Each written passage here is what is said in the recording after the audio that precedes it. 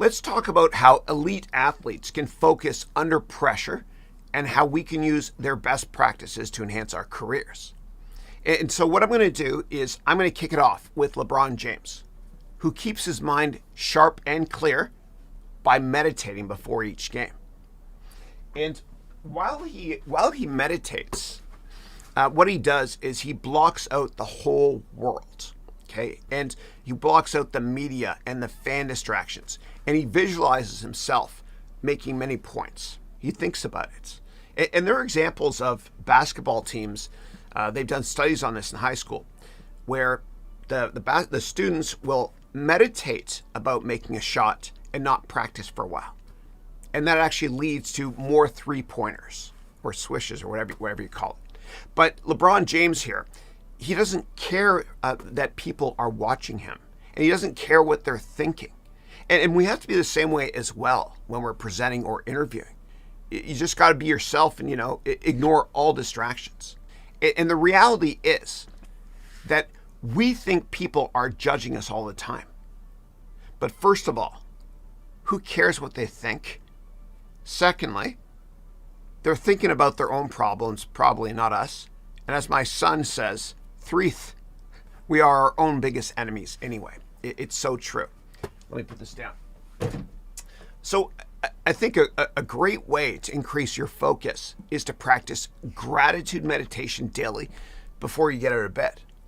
And before I get out of bed daily, I thank God for these 10 things in this order. Andrew, Matthew, Dylan, my kids. Christine, my wife, my mom, my dad, my brother, Jamie, my sister, Katie and Elizabeth, and you, my students. I'm grateful to you. Thank you. Thank you. Yeah. And I want you to focus and meditate on the positives, like being grateful and visualizing success. And invest in anything that can help you focus more. Like, for example, these headphones here. These things are great. Or exercise more. Which, of course, keeps your mind sharp like it does for LeBron James here. Next up is confidence.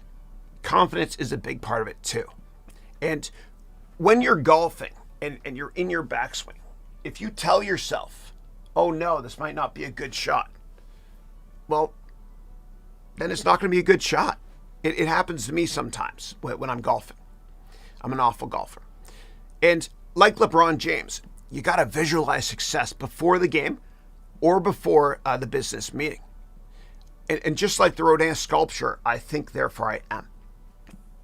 And great athletes like Ricky Henderson and Muhammad Ali, who's my favorite, they say, I'm the greatest. And of course, I don't think we can vocalize that, but you got to think it. And since we're talking about athletes, Yogi Berra once said, a great Hall of Fame catcher from the Yankees, he once said, baseball is 90% mental and the other half is physical. Now, LeBron also mentors many of his friends, and he's always done this because when one teaches, two learn. So I don't think that we can reach our full potential in business or life without mentoring and being mentored by many people, because this helps us to kind of focus on our own personal blueprint for success when we mentor other people. And LeBron James knows that he cannot win championships on his own, so he is the quintessential team player. Unlike on many sports teams where you have one superstar that's very selfish, and that is why they don't win championships. And the same thing applies in business as well. If you have an awesome team and there's one person that is amazing at what they do, but they're kind of a jerk, then the team is not going to produce. And LeBron James also has an incredibly long-term vision of his success. And we know that being long-term focused on our goals is crucial. As Warren Buffett has always said, the longer the view, the wiser the intention. And so you got to come up with your North Star goal and never get discouraged and always stay positive. And I can talk about LeBron forever, but let's move on to business secrets from the greatest athlete ever, Wayne Gretzky. And I'm proudly Canadian, so I'm a little bit biased here.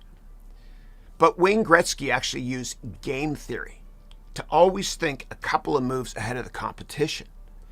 And Wayne Gretzky would say quite often that he was successful not because he skates where the puck is, but because he skates where the puck is going to be. Okay, and we have to use game theory too and think a few moves ahead of our competition. And instead of buying stocks that people like now, we have to buy stocks that people are going to like. And Wayne Gretzky was confident, and he was amazing at being a team player because he never vocalized it. You know, he would often say, when you lose, say nothing, and when you win, say even less. And being humble helps us a lot in business, as the best team players are humble. Okay, and Gretzky would also take many risks, as he famously said, "You miss 100% of the shots that you don't take." So take the shot more often, please, in business, because in business and when it comes to your career, you only have to be right one time. And Gretzky takes action now, and he once said this powerful quote. He said this: "Procrastination is one of the most common and deadliest diseases, and its toll on success and happiness is heavy." And the same is true, of course, in all aspects of business and our personal development best practices. Last piece of Gretzky advice is, if you don't love what you do, then you won't reach your full potential. And he once said this. He said, "The only way a kid is going to practice is if it's total fun for him." And it was for me as well. I gave a speech at the Canadian Open a few years ago, and they gave me this as well. It's kind of cool. Red for Canada. I gave a speech a couple of years ago at the Canadian Open on confidence. And Serena Williams, actually, she won the Canadian Open a couple times, and she inspires me so much. And she actually used to live one block away from me here, as her husband is the founder or co-founder of Reddit. And they're doing an IPO soon. Go to my website, haroonventures.com, and at the top, search for Reddit, and I run through their IPO and many other topics. Now, Serena's philosophy is, all I want is to have fun in what I'm doing every day. I don't want to break records. And I think that if you make a fun work environment for your team or yourself, then you're going to be way more productive. You know, whether it's listening to Hans Zimmer while you work, having a ping pong table at work, or a foosball table, or video games.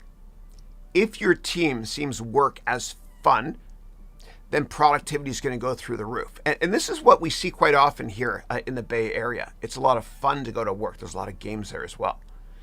And Serena also said that you have to love yourself. She said, it's important to look in the mirror and say, I love myself.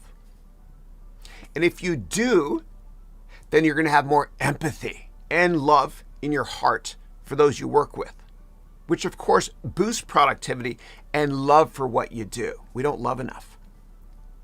And think about how your product or service is enhancing the lives of your customers, as this kind of gives us a sense of purpose in what we do. And Serena has an astonishing 23 Grand Slam singles titles. So how does Serena deal with pressure? Well, she said this: something I do every day is to completely turn my brain off. And what she does is she spends time daily vegging out, watching television, or watching her daughter. And she's not allowed to think about tennis. And what I used to do when I came home from work, I would meditate, and quickly I conditioned myself so that when I touch the front doorknob on my door, all my thoughts about work are gone, and I focus on why I am here, which is to spend time with these guys and my wife Christine as well. So Serena also visualizes success. And from a cognitive perspective, she said this: I'm a strong believer in visualization. You need to see things happening and envision yourself in a fantasy world and really believe in that fantasy world until it becomes true. Now, the last athlete I want to quickly talk about in this segment is Tony Gwynn. And God bless Tony Gwynn. He passed away recently. He's one of my heroes in sports. He's incredible. And I'm going to share with you his secret in a second. And I don't I don't collect art except for art about baseball cards. And I've been collecting baseball cards since I was like 12. I love it. I still do. I'm a man-child. But God bless Tony Gwynn. He passed away. Now, in business, when it comes to stocks, if you have an idea, a thesis, and you only use qualitative information, right, for your corporate strategy or investment research, then without quantitative research, meaning without data, it's an opinion and nothing more. And nobody prepared better than Tony Gwynn did for games, as he didn't just practice. Rather, he analyzed data and he found patterns in the data. And back in the 1980s, I'm dating myself here, he had thousands of videotapes. And what he did was he analyzed every single pitcher in massive detail before each game. And that's why he had the best batting average for a career since the 1950s. Even better than Ted Williams, the splendid splinter they used to call him. And in my MBA degree program, which you can access right here, I provide my students with many investment qualitative and quantitative frameworks. So you could do your own homework and outsmart the competition. And Tony Gwynn, given his data analysis of pitchers, only struck out 20 times every year. Think about that. And so every battle is won before it's been fought.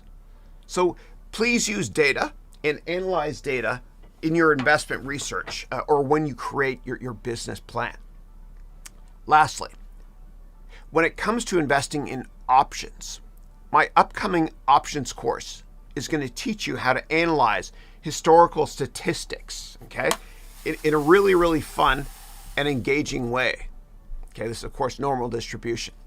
And I'm going to teach it to you in a fun and engaging way, so this will help you offensively and defensively when you invest, like Tony Gwynn did when he analyzed data. God bless.